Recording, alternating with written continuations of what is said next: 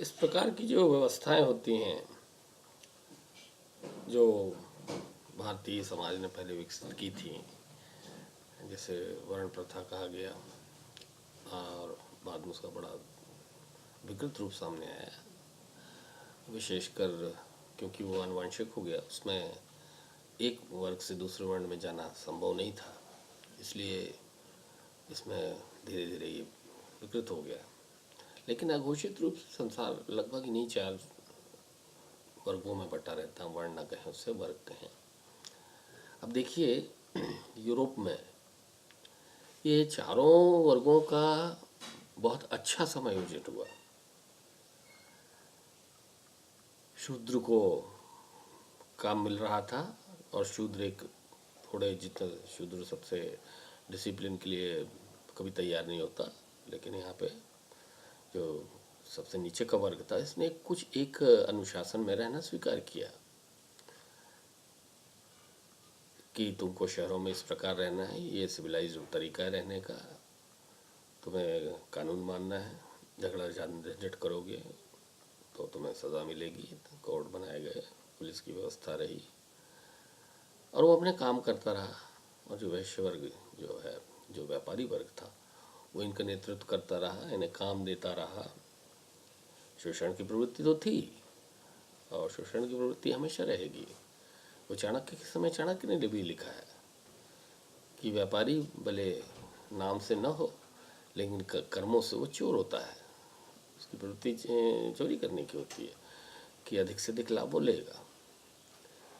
तो ये लाभ लेने की प्रवृत्ति जो है उसको अनदेखा किया गया है, क्योंकि लाभ तो लेगा वो, क्योंकि बहुत ज़्यादा जब वो अपना जब सभी चीज़ें दांव पे लगाएगा तो वो भविष्य के प्रति उतना आश्वस्त नहीं रहता, उसके अंदर संचय की प्रवृत्ति होती है और बड़े से बड़े से बड़ा, बड़े से बड़ा, बड़े से बड़ा बनना चाहता है। कोई इसमें कोई बुराई नहीं है दोस्तों। यहाँ पे सिर्फ थोड़ी सी स्वतंत्रता चाहूँगा। ऋग्वेद में कहा गया है कि सारे संसार की भूमि, सारे संसार का पशुधन और सारे संसार के आभूषण और सारे संसार की स्त्रियां एक पुरुष की इच्छाएं पूरी करने के लिए अपर्याप्त है। तो ये लोभ या लालच ये मनुष्य के अंदर बना हुआ है और अधिकांश जो क्रियाकलाप में जो लोग प्रेरित होते हैं वो इसी के कुछ अपने व्यक्तिगत लाभ के लिए, जैसे अभी आजकल मैनेजमेंट में कहा जाता है कि what is in it for me, WIFM, मेरे लिए क्या है। किसी भी काम में लगने के पहले आदमी सोचता है इसमें मेरे लिए क्या है।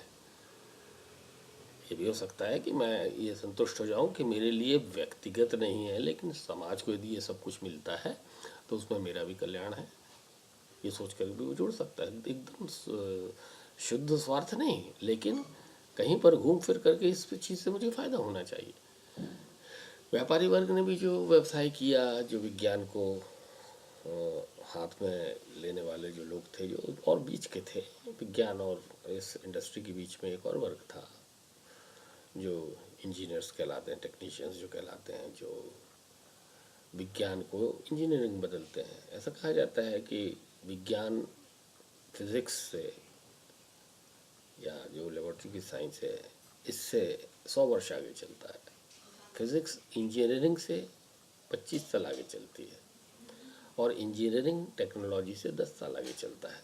इंजीनियरिंग में जो सिद्धांत आ जाते हैं वो 10 साल लग जाता है उनको टेक्नोलॉजी बनने में कि कैसे किया जाए उसको, फिर वो बाज़ार में आता है। लेकिन ये सब जो पूरा संबंध विज्ञान से लेकर के और जनसाधारण के लिए कोई उसका उपयोग हो, इस सब की चेन में महत्वपूर्ण अंतिम कड़ी जो है और सबसे ज़रूरी कड़ी है वो एंटरप्रेन्योर्स की है। तो ये एंटरप्रेन्योर्स इस समय यूरोप का जो थे वो लीड कर रहे थे, लोगों को परिश्रम कर रहे थे। मजदूर वर्ग चाहे विवशता के कारण हो, चाहे आवश्यकता के कारण हो या उसकी स्वयं की महत्वाकांक्षा हो, और ऐसा नहीं है कि निम्न वर्ग के लोगों ने ये जो समय का वेल्दी क्लास जो तो संपन्न वर्ग था उसमें उसको एंट्री नहीं मिली। कई लोगों ने अपने व्यक्तिगत परिश्रम से नए उद्योग स्थापित किए और बहुत लाभजनक तरीके से उनको चलाया है। इसी तरीके से एक और बात भी हुई है कि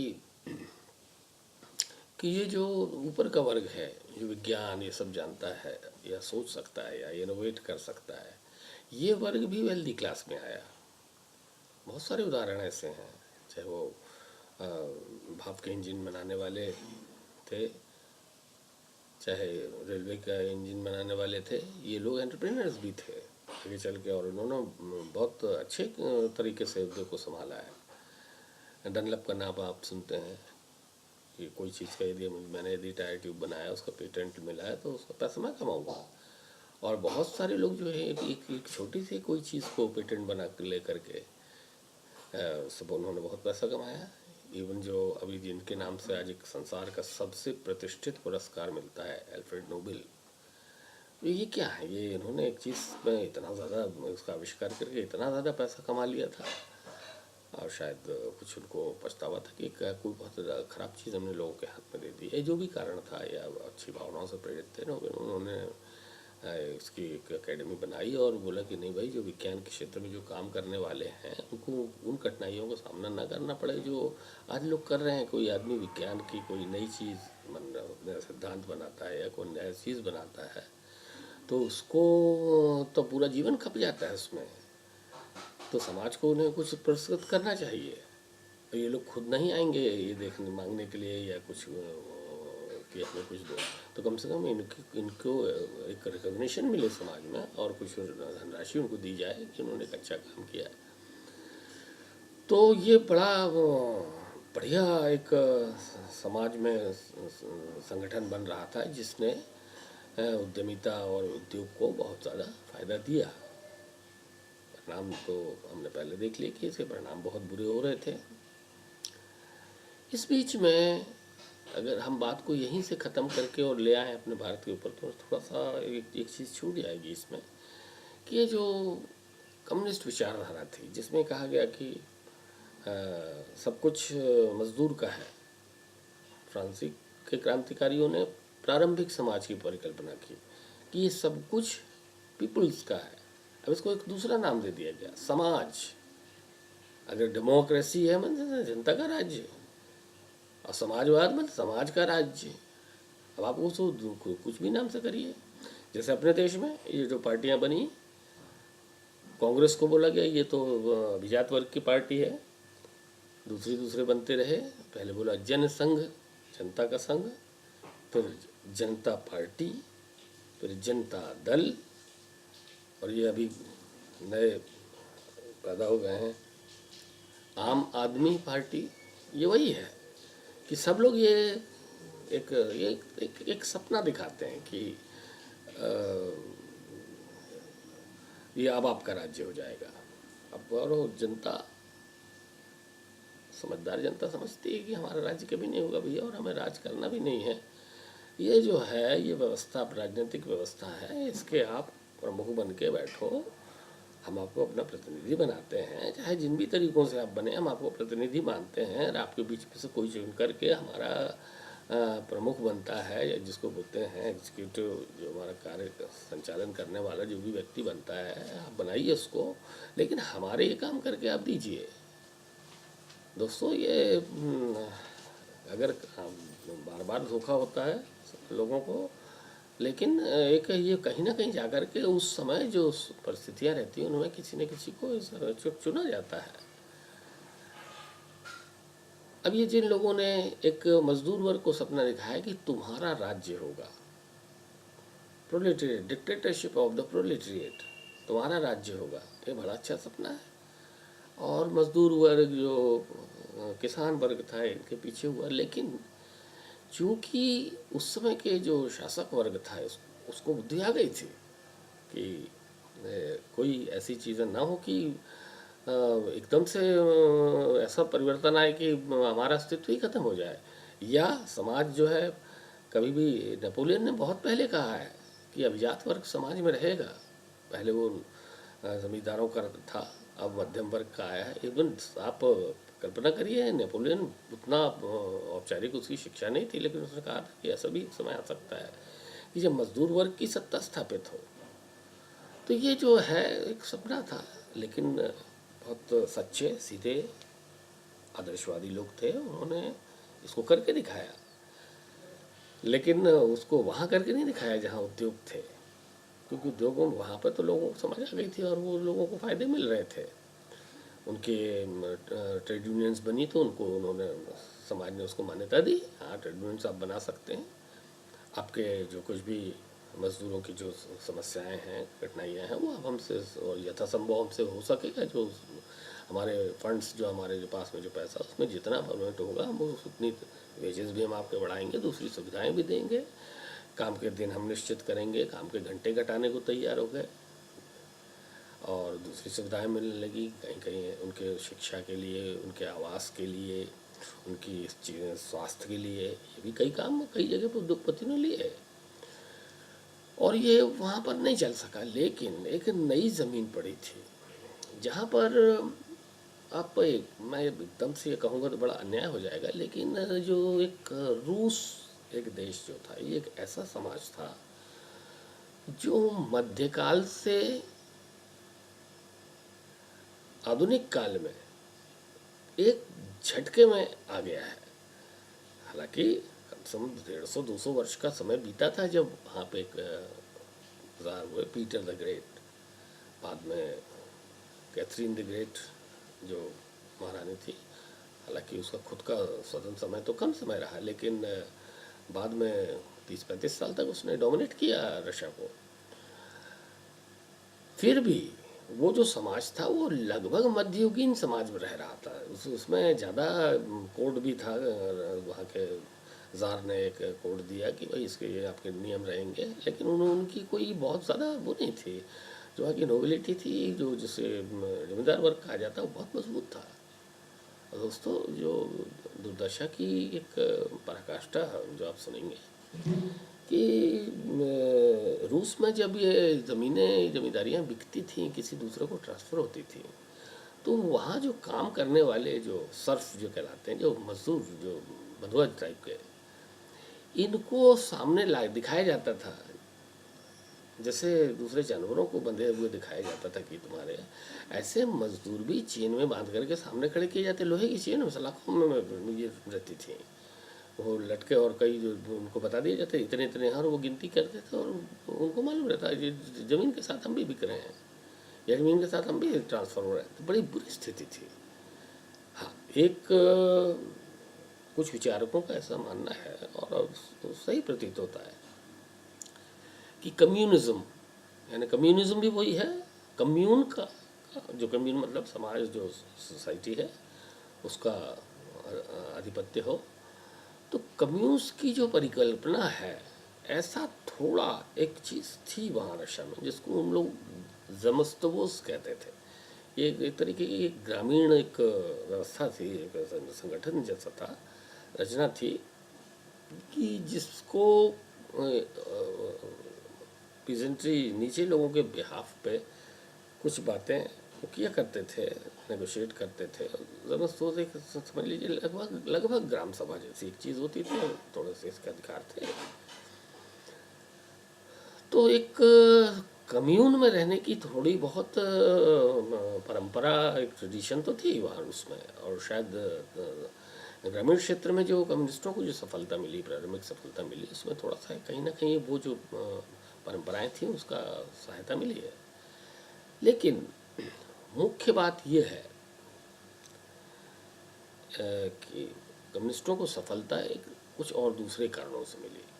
अभी जैसे बहुत पहले हमने चर्चा की थी कि जब ये विस्तारवाद की नीति जो राजाओं की थी, और बाद में चूँकि ये नया वेल्दी वर्ग जो नया प्रभुता वाला वर्ग जो था, जैसे बुर्जुआ मिडिल क्लास व्यापारी वर्ग जो कहते हैं, इसकी संपदा बढ़ाने में राजा मदद कर रहा था, और इसको ये समझ में आ रहा था कि विस्तारवाद में सबसे बड़ा फायदा हमारा है।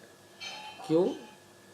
कि यहाँ से हमको रॉ मटेरियल बहुत सस्ते में मिल सकता है, और ये कि हमारे कैप्टिव मार्केट्स रहेंगे, हमारी यहाँ पर मोनोपोली रहेगी, हम अपना सामान उल्टे सीधे चाहे जैसे करके बेच सकते हैं, और जो देश की सरकार है हमें मदद करेगी। दोस्तों, ये जो मैनचेस्टर का जो टेक्सटाइल लॉबी जो थी, उसको खुश करने के लिए, उसको मदद करने के लिए, या परोक्ष रूप से आप ध्यान से देखें कि जो भारत से जाने वाले कपड़े पर उन्होंने टैक्स लगाया, भारत या चीन से जाने वाले सामान पर, ईरान से जाने वाले सामान पर जो उन्होंने टैक्स लगाया था, विशेषकर कैलिको जो अपना भारत से जाता था। कैलिको मीन्स जो कालीकट से जाया करता था, इसलिए कैलिको, कॉटन का जितना भी था।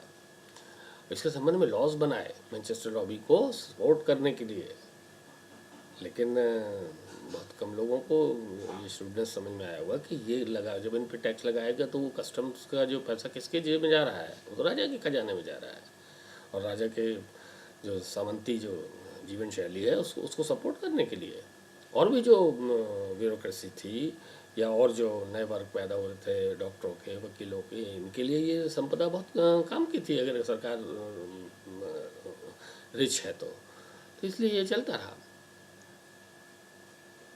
तो रूस में जो लोग थे जो कभी यहाँ जर्मनी में या इंग्लैंड में आकर के पढ़ रहे थे, उनका सामना हुआ इस विचारधारा से, कम्युनिस्ट विचारधारा से, और इन्हें चूँकि ये एक और कदम आगे सोच थी इनकी कि सच्चा तो डेमोक्रेसी तब कहलाएगी जब बिल्कुल जो निचले दबे तबके के लोग हैं उनके हाथ में शासन हो या उनके हित में कोई काम करे।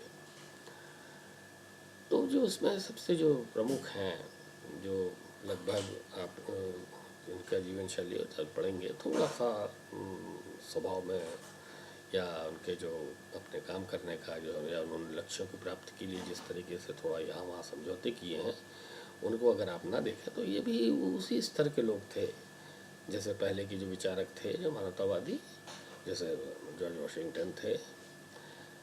ये भी और कुछ दृष्टि से तो ये और बढ़ के इसलिए थे कि इन्होंने निचले तबके का ख्याल किया, जबकि ये स्वयं जो थे ये जमींदार वर्ग के थे। स्टालिन जमींदार वर्ग के तो नहीं थे, लेकिन लेनिन और उसके जो समय के जो साथी थे वो ऐसे दबे कुचले वर्ग से नहीं आते थे, और उन्होंने इस जो फिलॉसफी थी कम्युनिज्म की, इसको अच्छे से अध्ययन किया और फिर उसको उसके साथ में लग गए। लेकिन उनकी सफलता ना तो उनके ऑर्गेनाइजेशनल या उनकी लीडरशिप या उनकी फिलॉसफी के कारण हुई, उनको जो सफलता मिली कुछ दूसरे कारणों से। जैसा भी हमने बात की कि विस्तारवाद जो चल रहा था, नए जैसे इसको नाम दिया गया कॉलोनियलिज्म, कॉलोनीज बनाते थे और एक कालांतर में ये वहाँ के राजा बन जाया करते थे। कई दफ़े बड़े बदमाशियों से उन्होंने, जैसे हिंदुस्तान में पहले ईस्ट इंडिया कंपनी आई, ईस्ट इंडिया कंपनी को वहाँ से डिप्लोमा मिला, उनको यहाँ पे जिस एरिया में वो बदमाशी करके थोड़ा सा एरिया घेर लेते थे, वहाँ पे अपने नियम कानून चलाने लगे।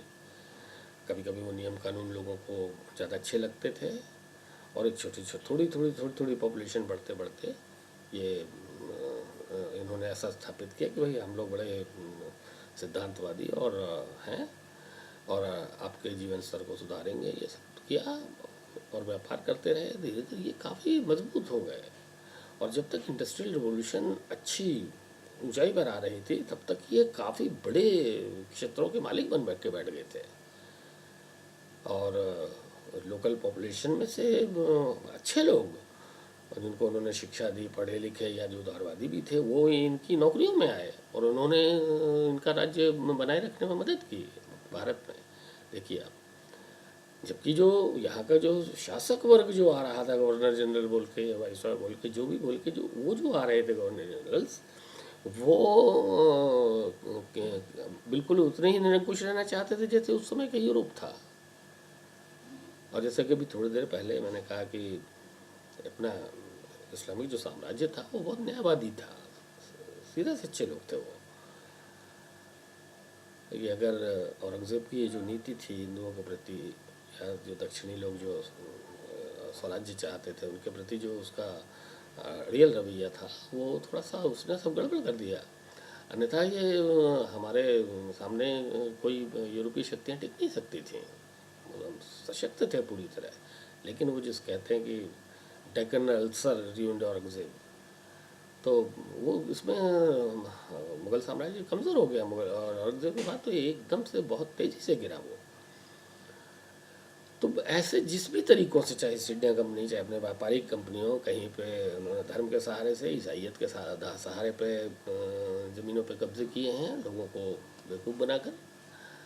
लेकिन फ़िलहाल इनके पास में ये कॉलोनीज़ थी जहाँ पे अपना सामान, फिनिश्ड गुड्स थे, वो ला कर के बेच सकते थे।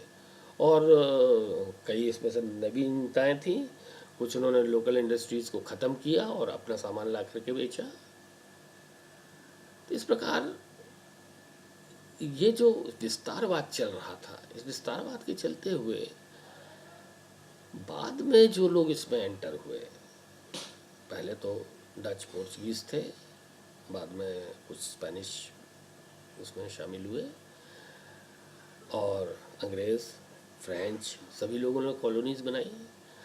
अब यूरोप की जो कॉन्टिनेंटल यूरोप है, वहाँ पर जब जर्मनी एक बहुत मजबूत राष्ट्र के रूप में उभरा, और उसकी सेनाएं या उसका विज्ञान या उसके जो उद्योग में भी थोड़ा सा तरक्की हो चुकी थी 19वीं शताब्दी के आखिरी आते आते तक, ये काफ़ी अच्छा उनका उद्योग और कारखाने थे। तो इन्हें भी फैलने के लिए जगह चाहिए थे, और कुछ उतावलापन वहाँ के जो जर्मनी का शासक था, उतावलापन और युवा ये होने के कारण उसने जल्दी जल्दी की और दुश्मन बना के बैठ गया। और जिसे हमारी प्रथम विश्व युद्ध कहते हैं, ये इसकी परिणति थी। ये जो विस्तारवाद, उपनिवेशवाद जो था, इसका जो नया खिलाड़ी आ रहा था, ये इन सबसे बढ़ के था। अब एकाएक जो है ऊंची अच्छी अच्छी बातें करने लगे एक वर्ग, और जर्मनी के खिलाफ खड़ा कर दिया सबको। जब फर्स्ट वर्ल्ड वॉर शुरू हुआ, उस समय कम्युनिस्टों के पास एक बहुत अच्छा एक अवसर था। इसके पहले थोड़े दिन तक, जिसे हम लोग पार्लियामेंट, लोकसभा कहते हैं, ऐसे इनकी ड्यूमा हुआ करती, ड्यूमा बोलते थे अपने पार्लियामेंट को। यहाँ पर प्रयोग हुए थे, यहाँ पर जो उदारवादी लोग थे ये आए पावर में, इनकी अच्छी विचारधारा थी, ये मॉडर्नाइज करना चाहते थे रूस को, लेकिन कुछ आपसी तालमेल बैठा नहीं, और ये इस प्रकार का ड्यूमा का शासन देश में चलेगा, ये थोड़ा सा कमज़ोर पड़ गया। उस समय का जो ज़ार था वो भी एक कमज़ोर व्यक्ति था, और बड़े एक घृणित व्यक्तित्व है, जो पादरी वर्ग से आया था, नाम आप लोगों ने सुना होगा, रास्पुटिन। वो सारे षड्यंत्र और सारी बदमाशियाँ, अगर कहीं पे कोई सुधार की कोई गुंजाइश दिखती थी, शासन कोई सुधार, शासक वर्ग को सुधार करना भी चाहता, तो उसको सब गड़बड़ कर देता था वो। तो वहाँ पे बड़ी अच्छी भूमि तैयार हो गई थी कि एकदम से तख्ता पलटा जाए और नया शासन बनाया जाए। और इसी के तहत फर्स्ट वर्ल्ड वॉर में, चूँकि पश्चिमी देशों के लिए ये बड़ी मज़ेदार चीज़ थी कि जो रूस को यदि कमज़ोर करना है और रूस को इस लड़ाई से हटाना है, तो ये जो कम्युनिस्ट लोग जो कुछ कर रहे हैं इनको करने दो। इसके बाद वहाँ क्रांति शुरू हुई। दोस्तों, उसको विस्तार में जाना बहुत लंबा हो जाएगा, लेकिन आप थोड़ा सा इस चीज़ को समझें। ये जब क्रांति शुरू हुई तो जो जनता थी उसमें कोई इसे बहुत ज़्यादा स्वीकार नहीं किया गया था, और जनता इसका हिस्सा नहीं बन पाई थी। ये कुछ चुनिंदा लोग, अच्छे लोग थे, समाज का हित चाहते थे, गरीबों का हित चाहते थे, मजदूरों की, किसानों की स्थिति सुधारना चाहते थे, लेकिन इन्हें समर्थन प्राप्त नहीं था जनता का, क्योंकि इनकी थियरीज उनको समझ में नहीं आती थी।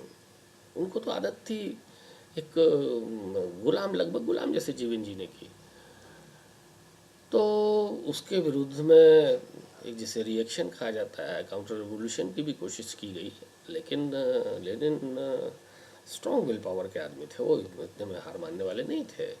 लोगों ने उनका साथ भी दिया। हालांकि शासन करना है या इस विचारधारा को बाकी दुनिया में फैलाना है, सिर्फ इसमें कि सिर्फ रूस में शासन करने बैठ गए, ये ठीक है, या इस पर थोड़े से विवाद थे उस समय, लेकिन अंत में तय किया गया कि नहीं है, हम एक रूस में एक कम्युनिज्म के पर आधारित एक समाज की रचना करते हैं, जो एक दुनिया के सामने उदाहरण रहेगा कि समाजवाद है क्या।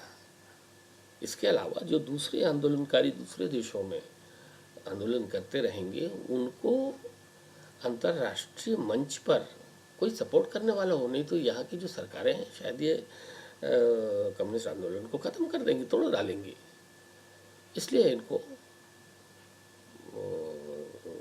सपोर्ट करने के लिए रूस में अपना साम्राज्य स्थापित करना चाहिए, अपना राज्य स्थापित करना चाहिए।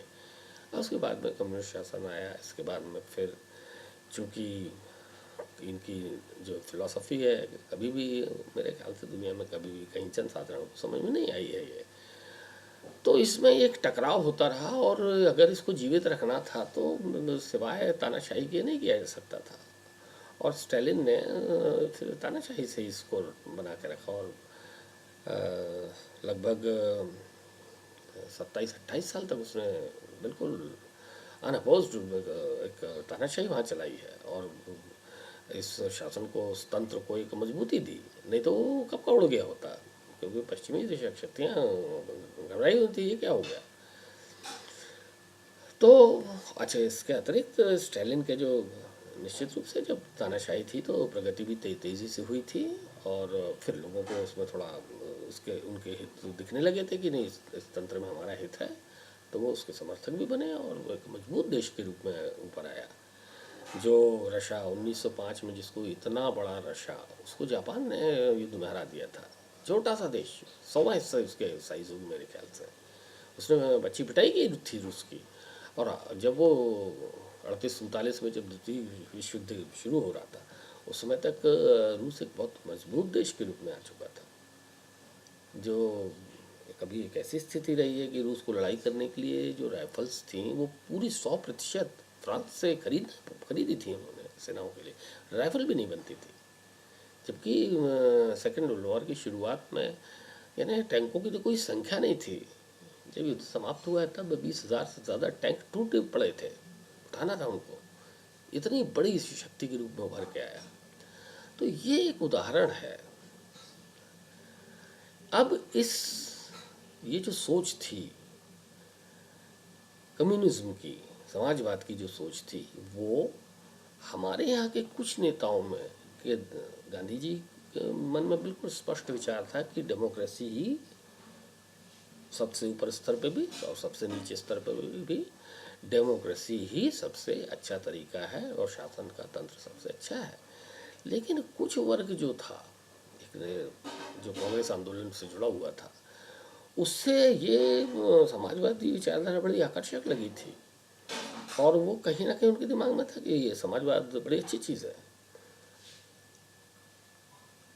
इसलिए वो उससे प्रभावित हुए और उस चीज़ का प्रभाव जो है वो आज़ादी के बाद हमारे जो आर्थिक नीतियाँ हैं या जो शासन करने का ढंग है उसमें झलकती हैं वो। और इसमें मुझे कहने में कोई संकोच नहीं है कि वही नीतियाँ जो हैं आज हमारे दुर्भाग्य का कारण है। देखेंगे कि बाद में भी क्या हुआ है। ये विषय में मैं इसको संविधान बनने तक के मैं इस टॉक को कंप्लीट करूँगा और उसके बाद की जो है, और ये जो आज हम जिस आज इलेक्शन डिक्लेयर हो गए 2014 के, इसके हम अलग से एक वीडियो बनाएंगे, वो आप लोग देख सकते हैं। ये जो है ये सामान्य समझ के लिए मैं समझ रहा हूँ कि अभी तक जितना आप देख रहे हैं इसमें आपको मदद कर रहा होगा। तो अब ये जो है एक और बात थी कि समाजवादी विचारधारा के लोग जिनसे लड़ रहे थे या जिनसे उन्हें लड़ना पड़ रहा था, वो जो विचारधारा थी और जिस विचारधारा ने कम्युनिज्म को बड़ा नुकसान किया था ईस्टर्न यूरोप में या पूरे यूरोप में नुकसान किया था। लेकिन ये जो जर्मनी और इटली में एक बड़ी अजीब किस्म के, चूँकि उनके ऐतिहासिक जो उनके साथ अन्याय हुआ था वो उसको जस्टिफाई करता है, उसमें बहुत बुरा लगने की बात नहीं है कि वैसी विचारधारा को वहाँ की जनता ने स्वीकार किया। लेकिन ये जो लोग थे ये थोड़ा वो अकारण की तानाशाही चाहते थे और ये कहीं ना कहीं जो संपदा वाला वेल्दी जो क्लास था उसके सपोर्ट में था, उनके सपोर्ट से खड़ा हुआ था। और जिसे बाद में आज की तारीख में हम फासीवाद कहते हैं, जिसमें केवल एक पार्टी का शासन की जगह है, संकीर्ण सोच है, जो लोग प्रभुता संपन्न हैं वो उन्हीं का वो बिल्कुल सही है, और तंत्र में कोई गलती नहीं, बल्कि उन्हें मजबूत वो और मजबूत किया जाए। नीचे की तरफ लोगों के लिए ऐसा नहीं है कि नीचे की तरफ का लोगों की तरफ ध्यान नहीं था, उनका भी है, लेकिन उनकी एक सीमित ये है, और एक बटा हुआ और विशेषाधिकार वाला समाज रहे। और एक गंदगी उसमें थोड़ी सी थी कि वो एक नस्लवाद भी इसमें था। तो ये जो शक्तियाँ थी, इटली और जर्मनी साथ हुए, ऑस्ट्रिया तो उनका सही था, जर्मनी जैसे ही था वो, और इधर पे जापान जो कम्युनिस्टों के खिलाफ जो उन्होंने किया था, एक कॉमिंटर्न बनाया था, कम्युनिस्ट इंटरनेशनल। तो इन्होंने एंटी कॉमिंटर्न पैक्ट बनाया था कि कम्युनिस्टों को ख़त्म करना है, ये एक घोषित तरीके से उन्होंने कहा। तो ये जो चूँकि एक समाज जनतांत्रिक विचारधाराओं में के बीच में ये दो देशों ने और इन्होंने ये सब किया था और तरक्की भी की थी, और एक संकट बन रहे थे संसार की सिविलाइज सोसाइटी के लिए, तो इन्होंने एक कोड़ी जैसा समझा इनको, ये लेपर हैं, ये लोग सभ्य समाज का हिस्सा नहीं हो सकते। और सारे जो जनतंत्रवादी लोग थे वो सब इकट्ठे हुए। हालांकि अच्छी पिटाई हुई है उनकी पहले।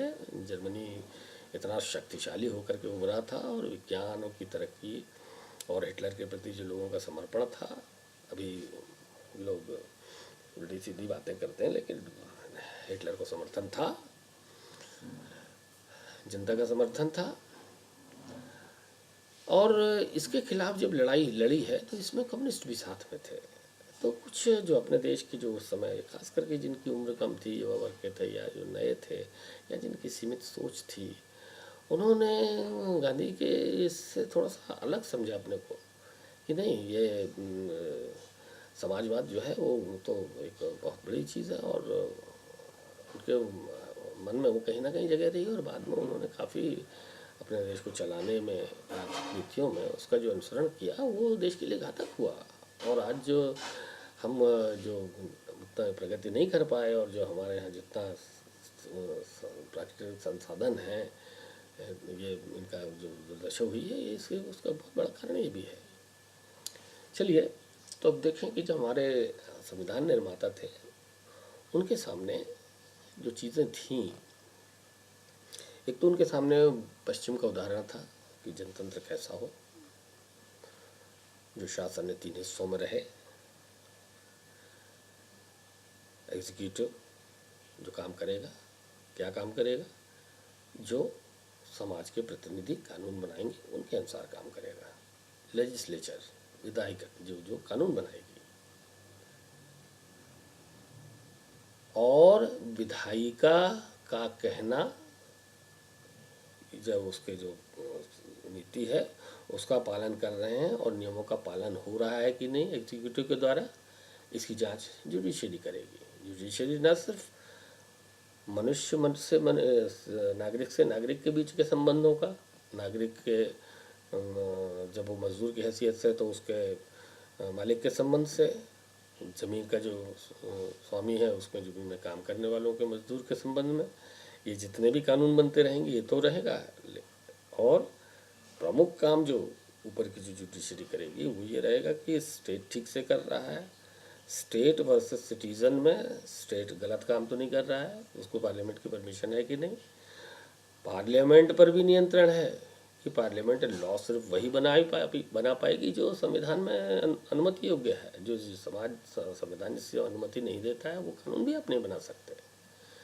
जुडिशरी को उन्होंने इस तरीके से रखा कि जुडिशरी ने कई बार जब एग्जीक्यूटिव अपनी हदें पार कर रहा था तो उसको नियंत्रण में लाए।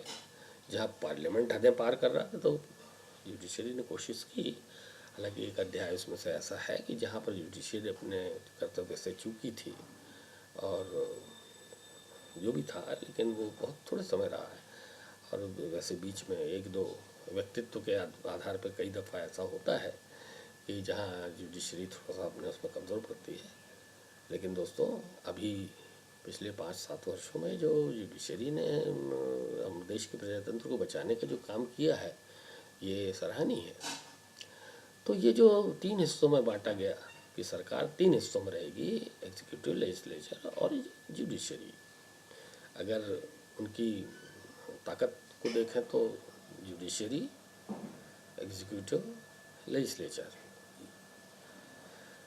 इस प्रकार 3 हिस्सों में बांट करके संविधान की रचना हुई।